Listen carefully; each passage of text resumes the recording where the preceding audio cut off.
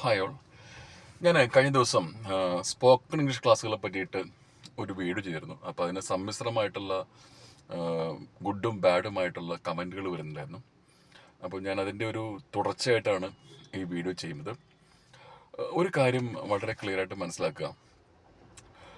ഭാഷ എന്ന് പറയുന്നത് മനുഷ്യൻ അവൻ്റെ ഭാഷാ സ്വാധീനം ഡെവലപ്പ് ചെയ്യുന്നത് ഒരു നീണ്ട പ്രോസസ്സിലൂടെയാണ്.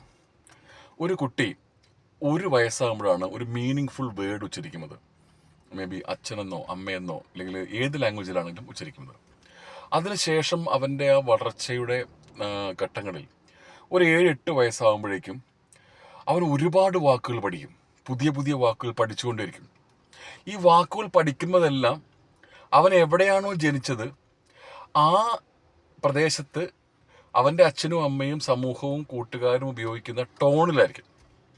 ഇപ്പോൾ കേരളത്തിൽ തന്നെ തിരുവനന്തപുരത്തെ കുട്ടി ട്രിവാൻഡ്രം സ്ലാങ്ങിൽ സംസാരിക്കും, കോട്ടയത്തെ കുട്ടി കോട്ടയം സ്ലാങ്ങിൽ സംസാരിക്കും, തൃശ്ശൂർ, കോഴിക്കോട്, കണ്ണൂർ, കാസർഗോഡ് എല്ലാത്തിൻ്റെയും മലയാളമാണ് പറയുന്നതെങ്കിലും അതിൻ്റെ സംഭാഷണത്തിൻ്റെ രീതികൾ വ്യത്യാസം ഉണ്ടാകും. എന്തുകൊണ്ടാണ് സംഭവിച്ചതെങ്കിൽ അതിനൊരു പ്രോസസ്സ് ഉണ്ട്. ആ പ്രോസസ്സിൻ്റെ പേരാണ് lotus. Listen, observe, think, understand and speak. LOTUS. ഈ പ്രോസസ്സിലൂടെയാണ് ഒരു ഭാഷ നമ്മുടെ പ്രൈമറി ലാംഗ്വേജ് ആയിട്ട് സെറ്റ് ചെയ്യുന്നത്. മാതൃഭാഷേനെ ശാസ്ത്രീയമായിട്ട് പ്രൈമറി ലാംഗ്വേജ് നമ്മൾ പറയുന്നത്. ഒരു സെക്കൻഡറി ലാംഗ്വേജിൽ നമ്മൾ സ്വാധീനം ചെലുത്തുമ്പോൾ നമ്മൾ ഈ മാതൃഭാഷയിൽ നമ്മൾ ഉപയോഗിക്കുന്ന വാക്കുകൾക്ക് പകരമുള്ള വാക്കുകൾ ഈ പുതിയ ഭാഷയിൽ പഠിക്കണം. ഇപ്പം കന്നഡയിൽ എനിക്ക് വലിയ ഫ്ലുവൻസി ഇല്ലെങ്കിലും ഞാൻ പറയാണ്, എന്താണ് നിൻ്റെ പേര് എന്ന് എങ്ങനെ ചോദിക്കും? എനിക്ക് എൻ്റെ അറിവിൽ നിൻ ഹസറിയേനു എന്നാണ് ഞാൻ പഠിച്ചിട്ടുള്ളത്.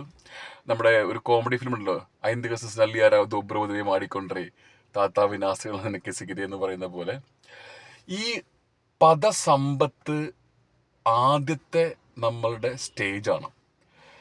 അതിനുശേഷമാണ് ആ പദങ്ങളുടെ പ്രൊനൗൺസിയേഷൻ. അതിനുശേഷമാണ് കൃത്യമായ വാക്കുകൾ നിരത്തിക്കൊണ്ടുള്ള വ്യാകരണം. ഇതെല്ലാം കൂടെ കൂടി ചേർന്നാൽ മാത്രമേ നമുക്കൊരു ഭാഷയിലെ പ്രാവീണ്യം നേടാൻ പറ്റൂ.